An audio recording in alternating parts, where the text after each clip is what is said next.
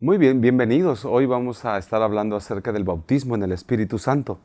Y quiero recordar cómo la iglesia del Antiguo Testamento, la iglesia que comenzó después de que Jesucristo ascendió a los cielos, la iglesia con la cual comenzaron los apóstoles que Jesús había dejado, los discípulos ya hechos apóstoles que el Señor había dejado, esta iglesia se movía en lo sobrenatural de una manera impresionante a través del poder del Espíritu Santo.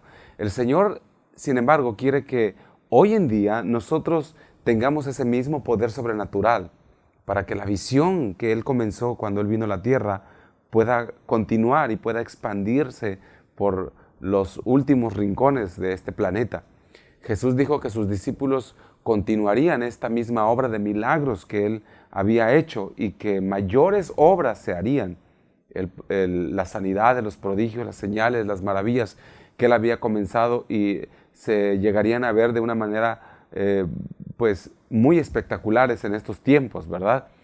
Sin embargo, todo esto no es posible sin el poder del Espíritu Santo en la vida de los creyentes. Por lo tanto, es necesario hablar del bautismo en el Espíritu, precisamente. El profeta Joel, en el Antiguo Testamento, lo llamó derramamiento para los últimos días. Juan el Bautista, por su parte, y Pedro le llamaron bautismo en el Espíritu Santo, que es lo mismo. Joel capítulo 2, versículo 28 al 30, dice: y después de esto, derramaré mi espíritu sobre toda carne, y profetizarán vuestros hijos y vuestras hijas. Vuestros ancianos soñarán sueños, y vuestros jóvenes verán visiones. Y también sobre los siervos y sobre las siervas derramaré mi espíritu en aquellos días. Y daré prodigios en el cielo y en la tierra, sangre y fuego y columnas de humo. Juan el Bautista también lo anunció y lo leemos allí en Marcos capítulo 1 versículo 8, como lo habla. Él dice: yo a la verdad os he bautizado con agua, pero Él os bautizará con Espíritu Santo. Se estaba refiriendo, cuando dice Él, precisamente a Jesús. Entonces, hemos estado hablando de bautismos y yo quisiera hacer un breve repaso al respecto. Primero, somos sumergidos en tres bautismos. El primero de ellos que hablamos fue bautismo en agua. Los hombres, la iglesia, nosotros, bautizamos en agua para evidencia de que la persona efectivamente ha creído y es obediente. Y luego está el bautismo en el Espíritu Santo. ¿Quién lo hace? Es Jesús. Jesús bautiza en el Espíritu Santo para investir de poder al creyente y así este creyente pueda moverse en lo sobrenatural de Dios para la obra del ministerio.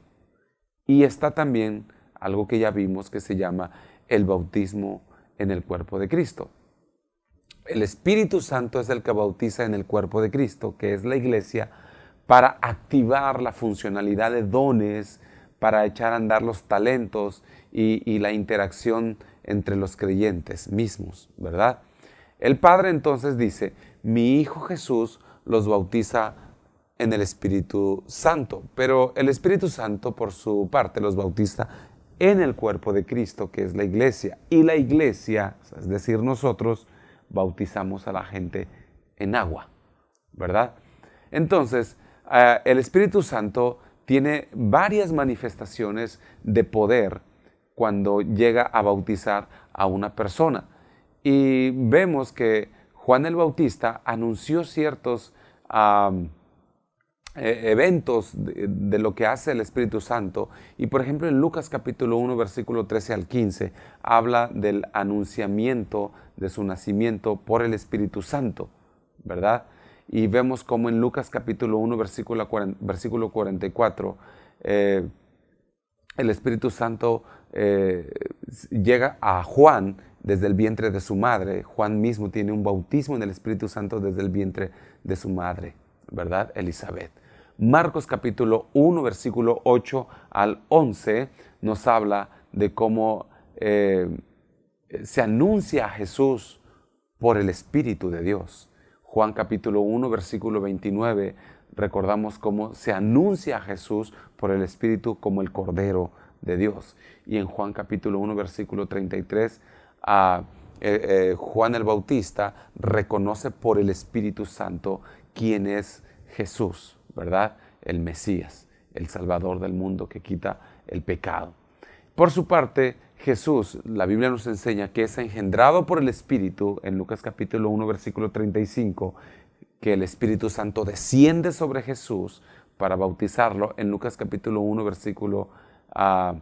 en Marcos capítulo 1, versículo 8 al 11, se nos enseña cómo Jesús es guiado por el Espíritu. En Lucas capítulo 4, versículo 1, cómo Jesús es investido por el poder del Espíritu Santo también. En Lucas capítulo 4, versículo 14, cómo reconoció al Espíritu Santo para iniciar su ministerio. En Lucas capítulo 4, versículo 18, cómo Jesús ministró en el poder del Espíritu Santo. Lo vemos en Hechos capítulo 10, versículo 38, cómo se entregó mediante el Espíritu, nos dice Hebreos capítulo 9, versículo 14, y cómo Jesús resucitó mediante el Espíritu Santo también, Romanos capítulo 1, versículo 4, y cómo nos dio instrucciones guiado por el Espíritu Santo en Hechos capítulo 1, versículo 1 al 2. Muy bien. Entonces, a final de cuentas, ¿qué es el bautismo en el Espíritu Santo? Porque vemos cómo ese bautismo llevó a Jesús por todo su ministerio y cómo trató también con Juan el Bautista antes de que llegara Jesús incluso. ¿Qué es el bautismo en el Espíritu Santo? Es el sumergirse sencillamente en la plenitud de Él para todo aquel que cree. El Espíritu Santo mora dentro de todos aquellos que creemos y que tenemos a Jesús como nuestro Señor y como nuestro Salvador. Y Dios pone en nosotros su Espíritu para guiarnos, para ayudarnos por este morar del Espíritu en el creyente, que esa es una evidencia de que Él está con nosotros, ¿verdad? De que Él es fiel a su palabra. El bautismo del Espíritu Santo habla de que Él está en nosotros, pero hay un nivel mayor, ¿verdad? Y este nivel tiene que ver con un bautismo en el Espíritu Santo. Nosotros encontramos que Jesús sopla sobre los discípulos y les dice: reciban el Espíritu Santo. Pero después esos mismos que habían recibido el Espíritu Santo tienen que esperar el bautismo en Hechos para que en el aposento alto venga y sean bautizados con el Espíritu Santo. Nosotros decimos, bueno, ¿qué no habían recibido el Espíritu Santo cuando Jesús sopló sobre ellos? Sí, recibieron para que el Espíritu Santo estuviera dentro de ellos. Pero aun cuando recibimos el Espíritu Santo en el momento que creemos en Jesús, hay un nivel mayor que tiene que ver con bautizarnos dentro del Espíritu Santo en toda plenitud.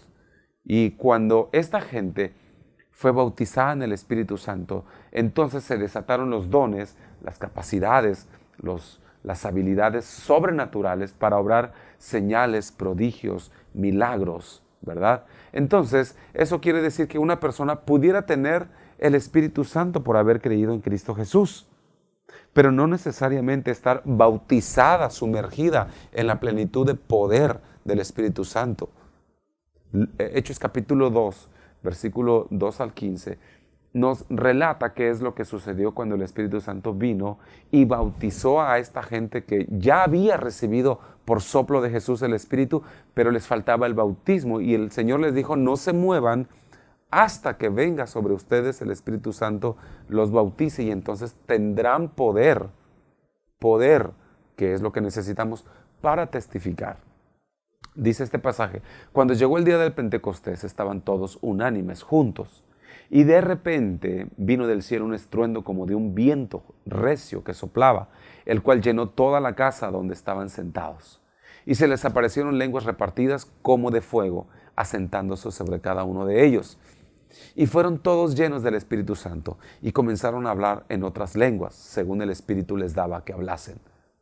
Moraban entonces en Jerusalén judíos, varones piadosos, de todas las naciones bajo el cielo. Y hecho este estruendo, se juntó la multitud, y estaban confusos porque cada uno les oía hablar en su propia lengua. Y estaban atónitos y maravillados, diciendo: mirad, ¿no son galileos todos estos que hablan? ¿Cómo pues les oímos nosotros hablar cada uno en nuestra lengua en la que hemos nacido? Partos, medos, elamitas, y los que habitamos en Mesopotamia, en Judea, en Capadocia, en el Ponto y en Asia, en Frigia y Panfilia, en Egipto, y en las regiones de África, más allá de Cirene, y romanos aquí residentes, tanto judíos como prosélitos, cretenses y árabes, les oímos hablar en nuestras lenguas las maravillas de Dios, y estaban todos atónitos y perplejos, diciéndose unos a otros, ¿qué quiere decir esto? Mas otros, burlándose, decían, están llenos de mosto. Entonces Pedro, poniéndose en pie con los 11, alzó la voz y les habló diciendo, varones judíos, y todos los que habitáis en Jerusalén, esto os sea notorio y oíd mis palabras, porque estos no están ebrios como vosotros suponéis, puesto que es la hora tercera del día. Y si vemos más adelante, Pedro empieza a explicar cómo lo que estaban mirando y que les estaba produciendo confusión realmente era un asunto planificado desde hacía muchísimos años atrás y que había sido anunciado por los profetas y que estaban mirando el cumplimiento de algo tan esperado por tantos siglos. Cuando alguien es lleno del Espíritu Santo, por lo general, puede el Espíritu Santo manifestarse con expresiones que antes al individuo no le eran conocidas. Hay personas quienes ríen como en un éxtasis de gozo, hay quienes caen al suelo, hay quienes tiemblan, otros más lloran sin aparente causa, otros están como borrachos. Pero una cosa es cierta, el toque del Espíritu Santo es soberano cuando nosotros lo dejamos actuar como Él quiere.